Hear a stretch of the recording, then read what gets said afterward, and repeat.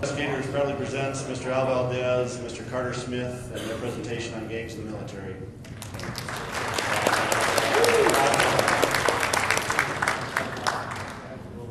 Afternoon. We're going to talk a little bit about the dangers of gangs in the military. When we were preparing to come to Missoula, a guy and I was talking about doing gangs in the military at Boise. I said, look, at this point in time, gangs in the military are a concern for people in the military primarily. I suggest to you that within the next couple of years, there'll be more of a concern where you live. And that's what we're going to talk about today. We're going to talk about some of the aspects from a criminal justice perspective, how gangsters without military experience can be a little bit more unique or a little bit more dangerous in the street. This is our disclaimer. Just so you know, neither of us here are representing the Department of Defense or anybody affiliated with the military or the Army. We figured that was necessary to say for various reasons, most of what we're talking about. I want to caution you on thinking that we're talking about traditional street gangs, though. And I'll cover this in a little bit of depth. I'll go kind of quick because I know many of you are familiar with this. But I just want to make sure that we know we're comparing apples to apples. Okay? We're not talking about the street level dealers. Sullivan and Bunker have done a study. They talk about the same kind of stuff we deal with on a daily basis. They talk about the different generations of gangs or evolutions of gangs, however you want to look at it. When they talk about it, they have 3 generations. Everything from the street level dealer who's just worried about making enough money to maybe tonight to the gangbangers who are running multi-million-dollar operations from a prison cell somewhere in maybe Colorado and everything in between. Based on 3 factors: politicization, internationalization, and sophistication. Those are obviously academic words because they have the Asian part in there. But I think you're dying. I think I'm dying too. But that's the criteria that they use. Maybe I have to move less. We'll look at it along a line comparison. You talk about mostly the sophistication and those that can do the business type mindset gang banging is what we're talking about. We're not talking about those that are dealing street level drugs. Traditional street gangs, first generation. Those that have a business mindset, second generation. Anybody read the book Freakonomics? Check it out. It's pretty scary. One of the titles in there is, Why Do Crack Dealers Live with Their Mothers? Just to give you an idea. But what they talk about is a guy with a business degree who's running a pretty serious drug business in Chicago. Those are second generation gangs. And the third, they have an international flavor. Al deals a lot with transnational gangs. Most of those are the third generation, in my understanding. Is that right? Right. And the issue with transnational gangs is if we get a kid or a gang member that has international connections, they maintain their liaisons back in their country of origin, which facilitates them for networking and criminal activity or exchange of intelligence. One of the issues we have in our military is the transfer system within the military. When you get transferred from the States to a foreign country, can facilitate that, and it can facilitate it legally. This is what we have in North America. Recognizable gangs that would qualify as third-generation gangs. Do they look familiar? They're 2 sets of opposing sides. You've got the MS-13, the Modus Salvatrucha, and their rivals, the 18th Street. And you've got the Gangster Disciples and their rivals, the Vice Lords. I submit to you that you need to have an opposing force to be able to rise to this level. You see the various different reasons, and the material will be available. And we're not talking about all MS-13 or all 18th Street or all Gangster Disciples or all Vice Lords. We're referring to those small groups, cliques, or set, whatever you talk, within that big umbrella that mobilizes it and goes global. But as we talked earlier today about stereotyping, because of media reports, there's a tendency to say all of 18th Street or all MS or all Gangster Disciples are globalized, and they're not. Some of the things third-generation gang activity can lead to are very dangerous. Very dangerous from even a homeland security perspective. Definitely a local security perspective. And ultimately, you're looking at economic and power struggles. You're looking at stuff that we may not deal with on a daily basis on the streets, but you're looking at stuff that is infinitely bigger than just the guys dealing dope on the streets. And as Carter says, these are the kids. This is the group of people we want to focus on because they tend to join the military. Right. All right. Some of the regulations that govern investigations, especially of gangs in the military, are here. And I'm not going to go too much into depth on them. I'll touch on a few of the prohibitions, a few of the things that are available for commanders, that are available for investigators in the military. but these are that AR 620, a couple of DOD directive and a DOD pamphlet, the Uniform Code of Military Justice, which if you're familiar with the military, that's our laws, that's our regulations and rules. And then your states and federal government's laws against gangs or terrorism, depending on the application. They can all be used. We talk about the history of gangs and how they came into being. And if we talk about and refer to one point in time, the Zoot Suit riots, if we remember our discussion earlier, how you get stereotyped, how the Mexicans in Southern California and Los Angeles were stereotyped as being anti-American, anti-war effort during World War II because of something they wore.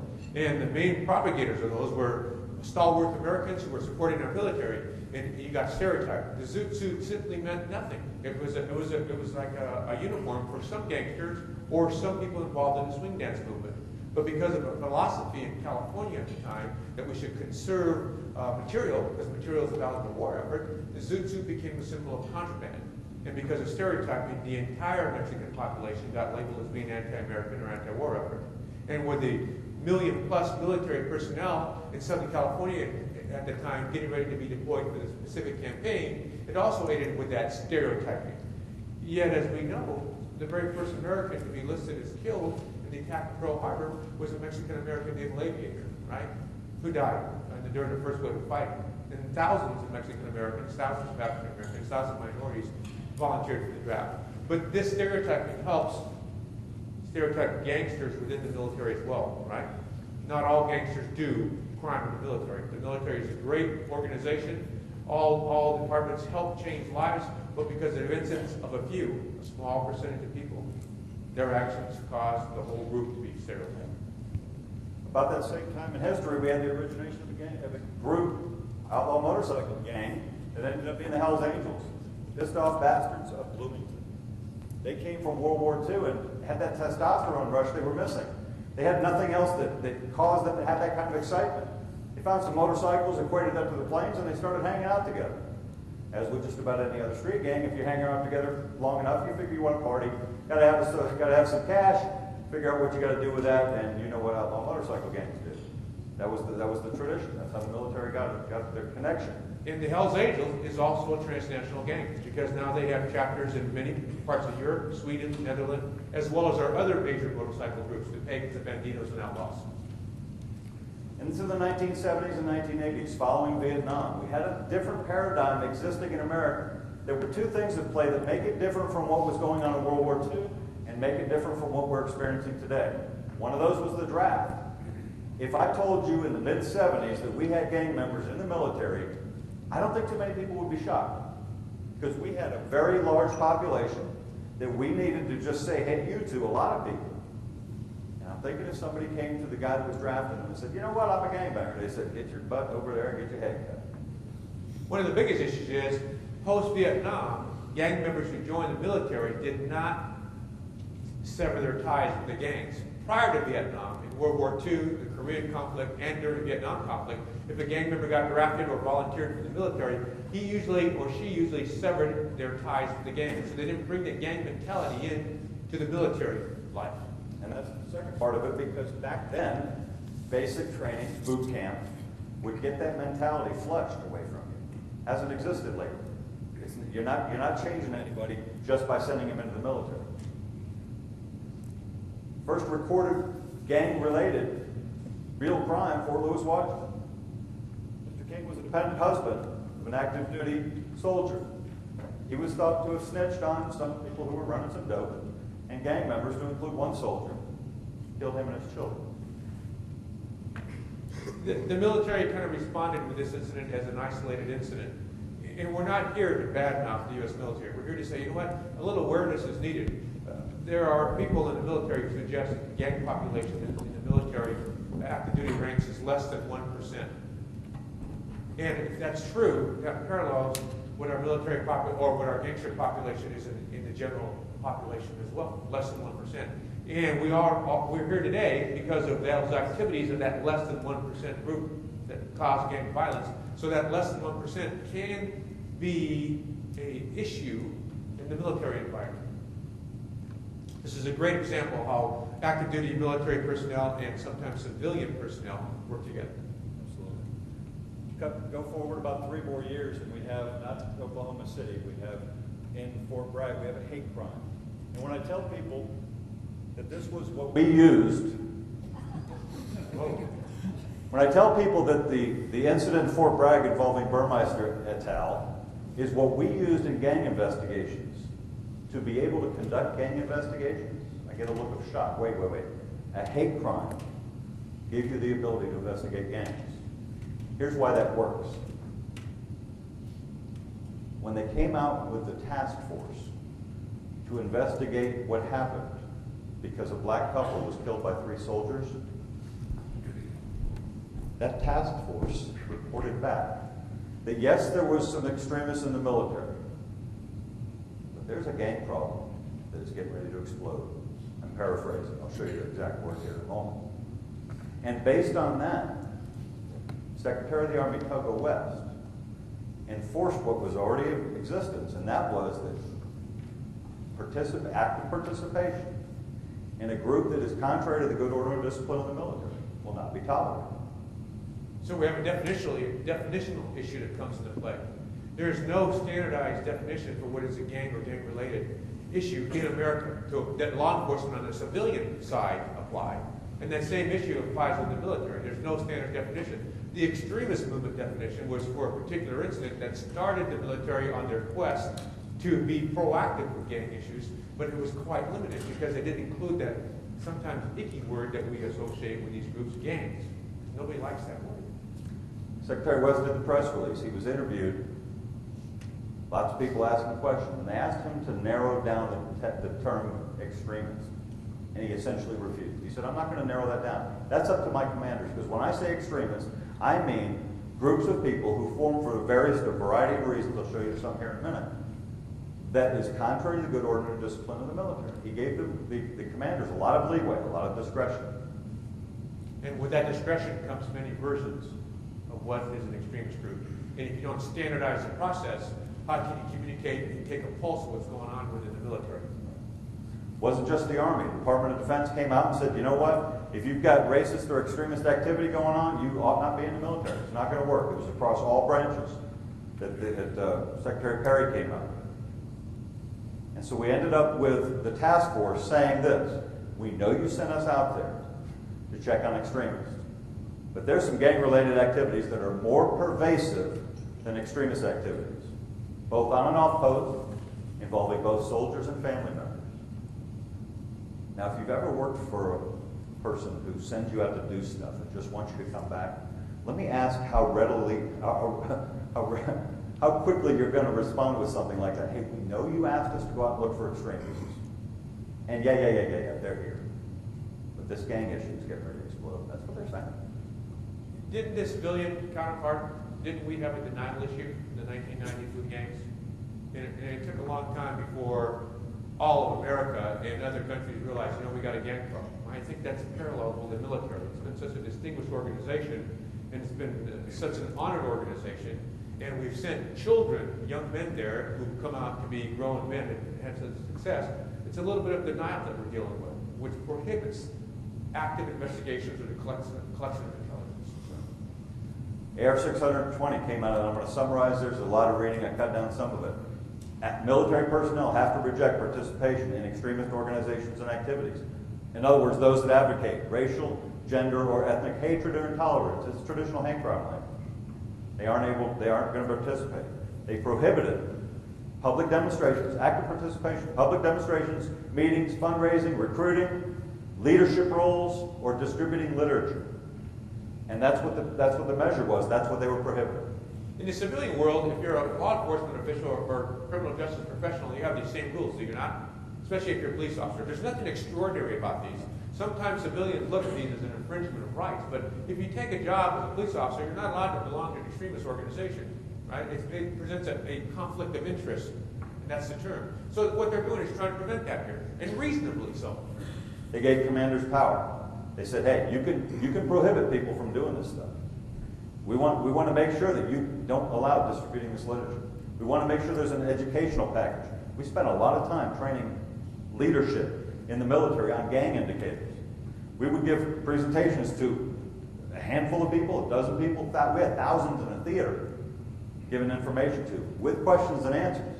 And inevitably, within days or weeks of a presentation, we'd have a call from somebody who was there and said, hey, I went to your presentation. You know that tattoo you were telling me about? Or you know that sign, that 6-pointed star you were telling me about? I got a guy with that on his car, on his locker, on his arm, whatever. That's where we got a lot of our information. One of the issues, though, was base commanders sometimes, or base personnel leaders, what could they do when they see that, besides reporting it? What happens to that? You tell the soldier or the Marine or sailor, remove that, and they do, but it doesn't affect how they think. Because as we discussed earlier, those types of symbols, accoutrements, are what? Symptoms of a lifestyle. And even though they may be away, can you change the lifestyle? Right. More command responsibility. It essentially boiled down to they have to educate themselves and then educate their soldiers. Came out with DA pamphlet. It's just a boiled down version essentially saying the same thing. Note that none of the stuff that I'm showing you since 1996 has used the word gang in a sentence. They're still called extremists. We use that in several investigations, gangs and extremists, because of the liberal terminology that was made available to us. But it never addressed the word gang. So you see there's a pattern here, isn't there? They're not, just like in the civilian world. There have been police departments and sheriff's departments that have forbidden their officers or deputies to use the word gang in reports. They use that word gangs in any type of police report. It's happened all over the country, not just in the military. So we're seeing sort of that same evolution or development of this awareness in the military currently as we saw in the civilian world maybe 10 or 15 years ago. Here's the teeth of the Department of Defense regulations, as it were. A DoD directive, 1325.6, that said, here's the prohibited activities. Doesn't say anything new. You can't do this, you can't do that. I'm going to revisit this here towards the end of the presentation and show you what might, and I think will, be changed regarding this directive. But this, no active participation. You can't, in order to combat it, you got to be vigilant. I mean, this is common sense stuff for people in law enforcement. Things we do every day now, but we didn't do every day 10 or 15 years ago. Would you agree? Some of the UCMJ, Uniform Code of Military Justice prohibitions, some of the things that we used didn't have to have a gang enhancement penalty. If you do an Article 92 violation, meaning if you got an order not to do such and such, it was in writing or it was verbal or whatever, that's a charge. We could use that. We could use 116, riot or breach of peace. Do gangs do riots and breaches of peace? All day long. How about provoking speeches and gestures? I submit to you that if you're a Sereno and you're flashing, say hand signs to a Norteño, that's a provoking speech and gesture. You don't have to raise the middle finger. You can just do some of your signs and it'd be good. 13, yes, that's what that refers to. Yeah. And then the general article in the military, we like to call it a catch-all. It's kind of like being a parent saying, because I said so. In law enforcement's conduct of becoming. Right. Right? The one we thought would work, we tried to, you know how you try to take shortcuts that aren't really shortcuts? We kind of logically went through the thought process and we said, you know what? If this guy's a real gangbanger and he grew up in a certain town, I'm thinking he'd have a record. So he's either not real and this tattoo is a perpetrator, or maybe there's a challenge here. We started thinking that maybe they lied to the recruiter. What we actually found was the recruiters were sending him somewhere else to get a background check. Because prior to the year 2000, they did a local agency check. Meaning they go to your sheriff's department for the guy that lives in her town. Not all the time, but we found that. We thought, oh, no big deal. He reported to his recruiter, here's a document that says, I didn't have any felonies prior to coming to you to join the military. We did a national agency check and we found several of them. We put 2 and 2 together. We said, fraudulent enlistment. He lied to enter the military, let's kick him out. We found 12 in a year. Very small percentage, but still indicative of a mechanism that can be used. Absolutely. So what are the rules? Here's a summary. Membership's inconsistent with military service. Commanders can keep them from coming in. Training with the leadership will help. Vigilance obviously has to occur. There's going to be some gang activity anyway. Gangs are more prevalent than extremists, and visible tattoos are okay as long as they don't come from gang membership. And that's always, I mean, the Navy's always been famous for tattoos, the Army as well. As long as there aren't things that look like gang indicators, we're okay. We can summarize that really quickly, though. Military branches don't allow gang and extremist groups, and tattoos and other evidence will not be allowed. And so some branches of the military now record and document the tattoos that are listed and have, and women. And they don't allow recognizable gang tattoos.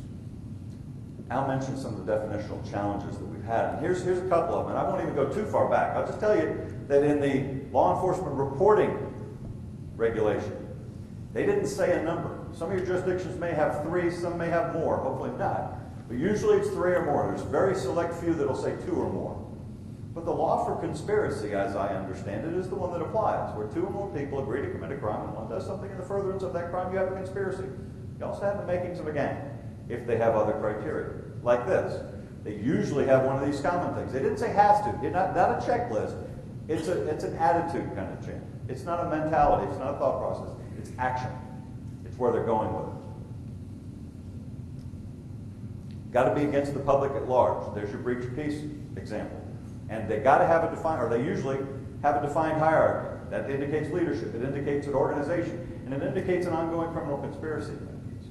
One of the issues with this definition is that some gangs don't have a defined hierarchy that we see.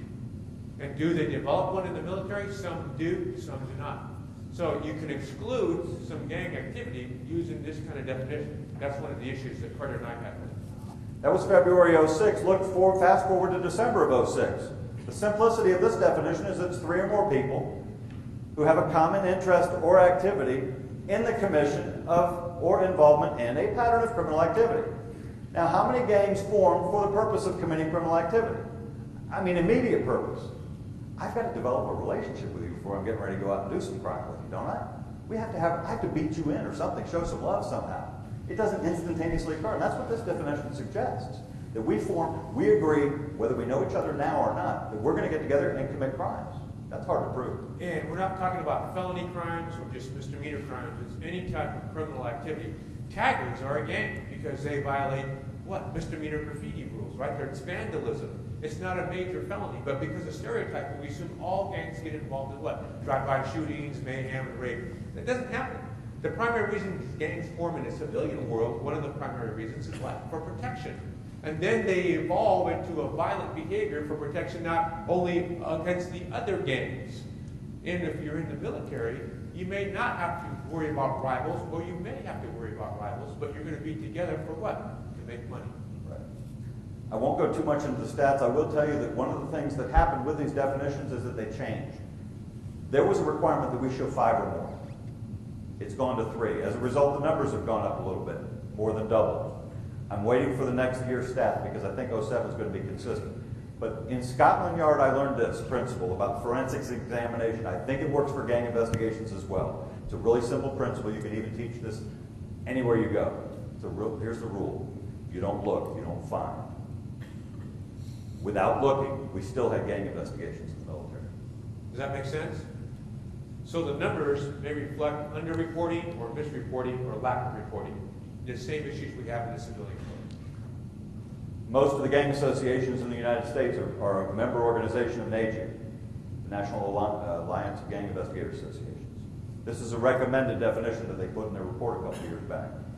3 or more common identifying symbols that engage in or have engaged in criminal activity and create an atmosphere of fear and intimidation.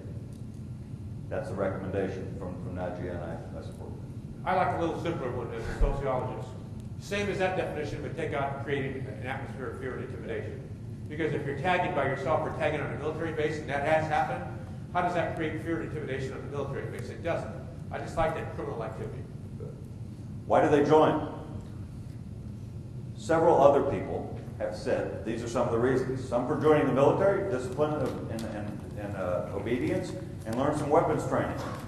Also, weapons training and access to weapons, and a legal employment or a legal career. Motivation for joining a gang, positive self-validation and definition, sense of both individual power and protection. I submit to you that you can pretty much put either in either place.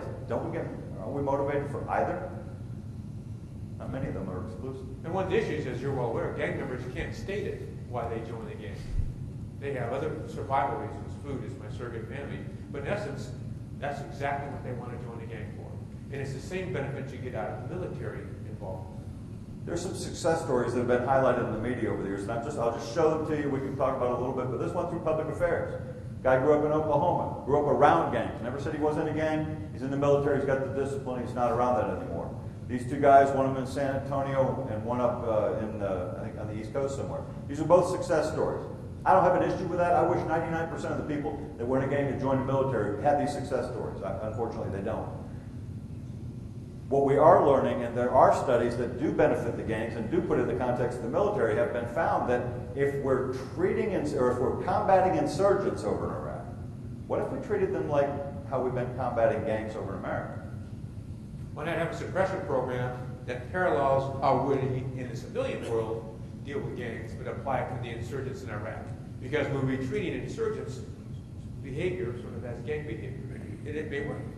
As an example of that, we have a sergeant first class here who was once a gang member in Brooklyn, and they show him in combat or engaged or talking about combat recently in Iraq. He says that it was just like Brooklyn. Anybody been to Brooklyn? I don't think it's going to be the same, because I don't think this kind of conversation happens. He sees 3 cars stopped on the side of the road. One guy's carrying a machine gun. He orders him to be taken out, and a sniper blows his head off. That's never happened in Brooklyn that I'm aware of. I have a concern.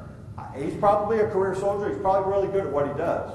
But if that mentality has gone into the sandbox, into a war zone, and he's still talking about what was going on in Brooklyn, I can't wait till he leaves. So do you really cut your gang ties? Can you really cut your gang ties? Yes. Is it difficult? Yes. And sometimes those gang ties sneak out inadvertently or unconsciously with your behaviors or comments, even in the military. One of the standard briefings we used to give is how do military people get involved in gangs, and a lot of times it's just reassociation. Many times they wanted to cut their ties, so they figured that boot camp would beat it out of them or get it out of them. Doesn't know what's happening. They get through boot camp, they get to their first duty assignment, they see other people who are banging or who could have been, because you know that look, right? You ever notice another cop and he wasn't wearing a badge? All the time. I know what that look is, right? It's the same with bangers. Miles and miles away from home, and oh, hey, look, we can hang out. We understand each other. We speak the same language. A great example is I have a letter from Okinawa, military base, Marine base in Okinawa, that was sent to Calipatria State Prison in California. And the prison security people were looking at it, and it was from gang members in the military to a gang member in Calipatria State Prison that was in custody for murder. And the short version of the letter is that they were recognized. They had a new girl show up on base, a new Marine, female Marine, but they noticed she had a Sorenia tattoo on her neck. And to them, that was a clue that she was part of the Soreno gangsterism from California. And in the letter, it said, we're going to have to hook up with her and see what part of California she's from, but she can hang with us because she's a Soreno, a female version of Sorenia, just like we are, right? So those, you can try and lead, but those tattoos that you have in the civilian world are silent advertisements and announcing who you are or what gang you affiliate to gang members not only in the civilian world, but in the military. You know who we are, you know where we come from, you know our experience level, but don't take our word for it, that there are gangs in the military. There's other people who say there are. The task force said there was, 1996, 11 years ago. They said, yeah, there's gangs in the military. They said they're becoming a significant security concern. That sounds like credibility. Fort Bragg's current newcomers brief, I checked it on the internet a couple months ago. It says, yeah, you're going to have this problem. They get in the military. We don't know how. You got the ILJA talking about last year. Special concern because they're learning urban warfare. I'm thinking we can call it home invasion. Urban warfare, home invasion, no problem. It translates well. FBI in El Paso says we got issues. At least 80 military-connected gang members in El Paso getting ready to be transferred to Carson. Who knows? And then you got the National Major Gang Task Force. These aren't people that are making this stuff up. And then you got Mark Pickcappers, be the militia watchdog now with the ADL. A couple CID reports do the same thing. It's out there. Is it a big issue? That depends on what your concerns are. Use of a gang brief, very typical. How do they get in? Well, we know they're in. Some of them have experience. Some of them are recruited while they're in there. A variety of reasons. This isn't anything new. Trade News Service covered a guy that says, yeah, I was banging in Germany. Everybody brings baggage. Baggage. A little bit of an understanding. What it reflects is what Carter said earlier. You have to look for it, and if you look for it, you have to recognize it. And that's one of the big issues. Identification, and because there's no standard definition, you can ignore it if you want. that old adage that what happens in Las Vegas stays in Las Vegas. It also applies to us in the criminal justice profession, in the civilian world. It applies to lawyers, doctors, dentists, but it also applies in the military. It's part of the military cultural tenet, so to speak. What happens in the military stays in the military. The media sometimes reports it as the blue wall in law enforcement. Well, it's not only in law enforcement, it's in every profession that we see. So you have to be able to not only recognize it, you have to be able to define it appropriately. I haven't been to this website in a while, but I do know I was there, and I do know that there was a group called Phase 1, and you see how they spell it. They started in Kosovo, apparently. They claim to be a car club. I don't know if that means gang to you, but it means gang to me. You tell me. This is a car club. What do they got in common? P stands for pirate. You're a blood-related group. Blood related. A little bit of similarity. Should be available there now. Check it out. 2004, a private's wife got in touch with a commander in Germany. Said, my husband found this stuff. He's a little bit concerned. A couple six-pointed stars, a couple of Chi-Town references. You know, Chicago would have gangster disciples before, or lived. Said, I'll take care of it now. Roger out. I got you. Short time later, Jawan Johnson died. The investigation showed that several people were involved. His mother made a profound statement or question, asked a profound question. My son had a couple of weeks left in Germany. I just don't see him being jumped into a gang. When you leave a gang, what's the process? Call sometimes. Jumping out. If he had 2 weeks left in the military, it seems more reasonable that he was jumped out rather than jumped in. But we don't have all the facts. We're not privy to all the information. But based on what is available, as an experienced investigator, it appears to be a jumping out. But we don't know for sure. And it is still ongoing, and several people have been charged and investigated. This has all been covered in the media. Got some issues with some witness credibility, apparently. But a lot of people, notice this was a staff sergeant, we have a specialist and a PFC involved. That should be an issue if you're in the military. You know what those ranks are. We have a private and a sergeant, buck sergeant. These are people who are junior to a staff sergeant, beating him into or out of the gang. So sometimes rank may not have its effect if you're a gang member in the military, correct? Rank may not matter. We've had reports where most of the gang members that we have dealt with or identified with have been in the E1 to E4, E5 range, so lower ranks. But some gangsters in the military report that they've known gangsters with ranks as high as sergeant major, and one individual said he knows a lieutenant colonel who was a gangster disciple. Perhaps coincidentally, the only person who's been acquitted was also a staff sergeant. And it was just recently reported in the past couple of days. Is there a problem with gang activity in the military? Snoop Dogg represents which gang? Crips. He was over in Germany at a concert. Contact of mine saw him flashing some signs with an MP who was flashing, military policeman, who was flashing similar signs, but from a different side. I'm wondering why he was there in the first place. I'm wondering why these guys were there with the USO. These are folks from G Unit. Y'all familiar with them? Conglomeration of rap artists. Talked about them a little earlier. How about this? Do you want them possessing automatic weapons? Do you want them taking pictures with them so they can put them on? I can't wait for it to come out on the CD. How about this one? What's that in his left hand? His right's got an automatic weapon. What's his left hand got? Let me turn it sideways. It's a C. Issues? Just a little bit. Here's G Unit. For you not familiar with them, this is off Wikipedia. Go there and have a good time. Founded by some childhood friends, got some issues. This guy from Nashville, young buck reps 615 like I do. But they got some criminal background in the enterprise, and they hang around with some colorful people. They hang around people who've got a background. Recently, they hang around people who've been arrested. Violent crime. Weapons possession. Do we want to send these people over to talk to our soldiers in a war zone? To entertain them. For stress relief. Gang members in the military should not be a surprise in the academic realm either. A fellow named George Knox runs the National Gang Crime Research Center, and 15 years ago he surveyed some National Guardsmen regarding their understanding of gangs in the military. Now, who lives near a National Guard unit or is in one? Do your National Guardsmen know much about gangs? They were on the south side of Chicago like these guys, where I'm thinking they got some credibility. And so they asked them what percentage they thought of various different branches of the military and levels of those branches were involved in gangs, and here are the numbers.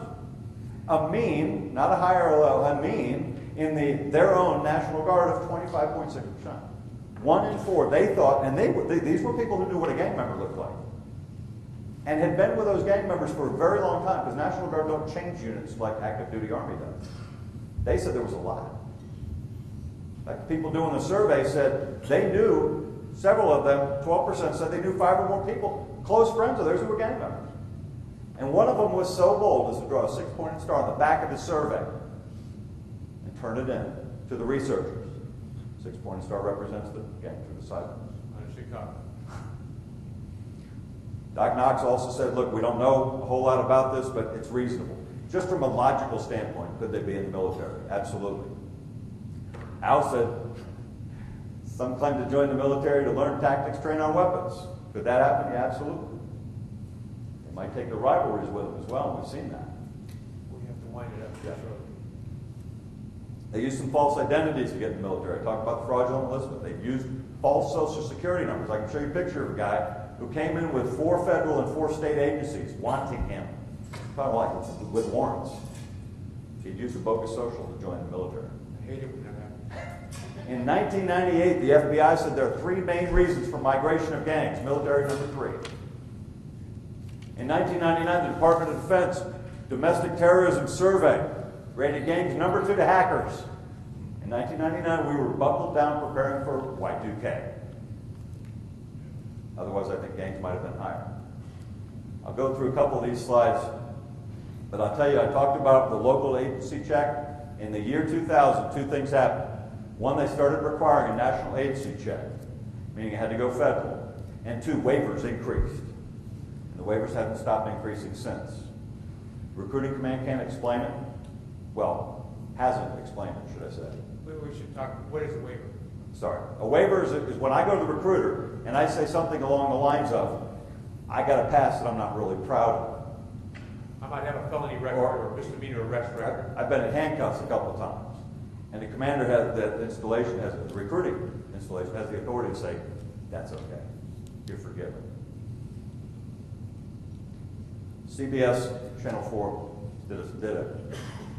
I don't know how many of you saw this, but they went in there posing as if somebody wanted to join the military. So, you know, I've had some gang activity in the past. And the recruiter said, well, you know, that doesn't necessarily disqualify you. They got it on videotape. They also found that same year, 54% of the waivers were for serious criminal misconduct. Got this cartoon from a buddy of mine in Chicago. I'm pretty sure this isn't what we're looking for, but I think this is the message we're conveying. Oh, good, you can use a gun? Come on. Pretty sure you won't see on an Uncle Sam Wants You poster. Can they join now? Absolutely. The waivers are increasing for moral issues, obviously, and at last year, or this year, thus far, 11%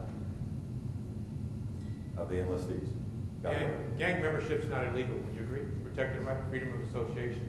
What would prohibit you from joining the military is the same reasons that would prohibit you from joining a police department or a criminal justice profession. Your behavior, your felony criminal history, your misdemeanor history, right? That's what prohibits you.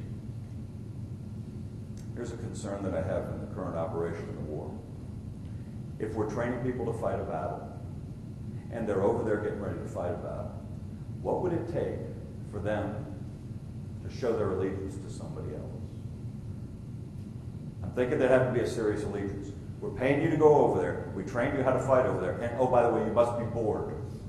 Because if this was just straight graffiti, which I submit to you it is not, they'd have to be really bored to shoot a lot of graffiti on there. 323 is the area code for Los Angeles. You see East LA down there, right? And you see the guy's moniker.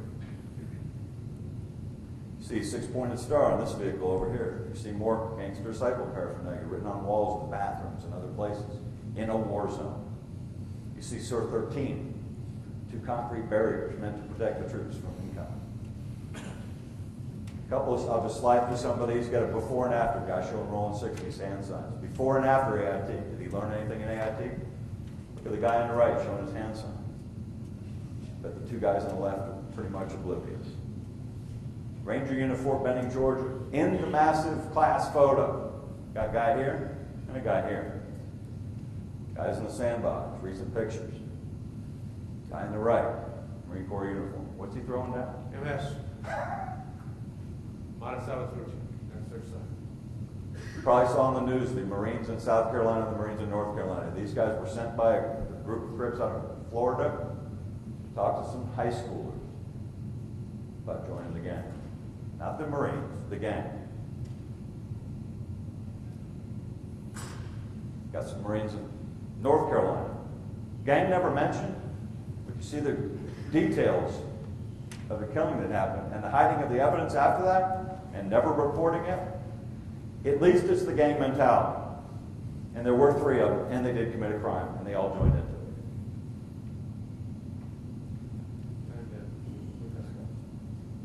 Appreciate your time for the presentation. I got more we can have on the follow-up website. I'll post these as well. Thanks for your attention. Let's go get something to eat. Thanks.